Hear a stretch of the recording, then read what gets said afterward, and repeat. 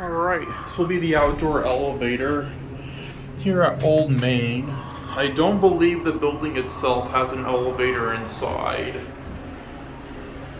Considering that it's a very old building and it can't have an elevator built, so they have it outside for ADA compliance.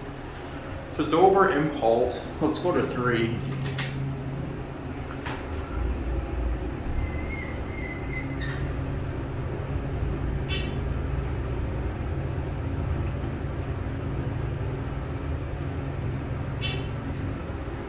It's a nice elevator. Let's go to 1.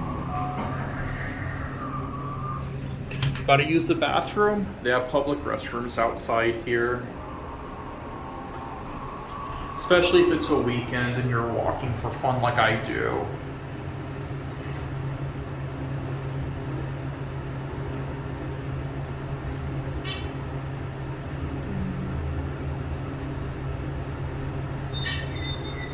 Let's get off at 3.